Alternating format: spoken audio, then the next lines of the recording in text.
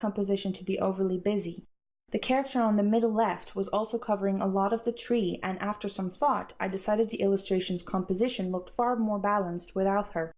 And there we are, we've completed the shading.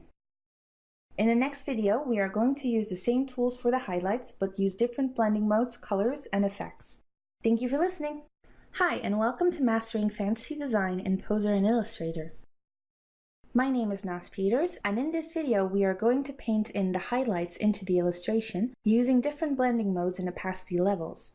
We will also be using Gaussian blurs as we did for the shading, only this time we are going to be using gradients instead of one-color fills to give the illustration more of a magical atmosphere.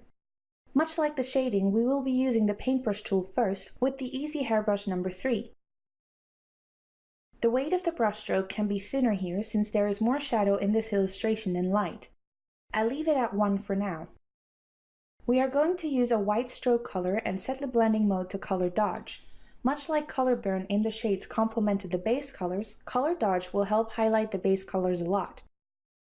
I set the opacity at 30% and then start painting away on the areas where the light hits.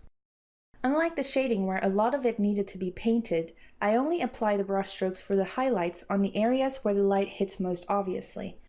This way the base color in between the highlights and shades will act as a middle tone and blend the highlights into the shades more smoothly.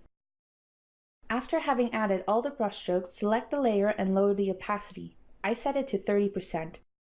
We want to add a second layer with the exact same blending mode and opacity level, only this time we want to make the brush stroke weight thinner.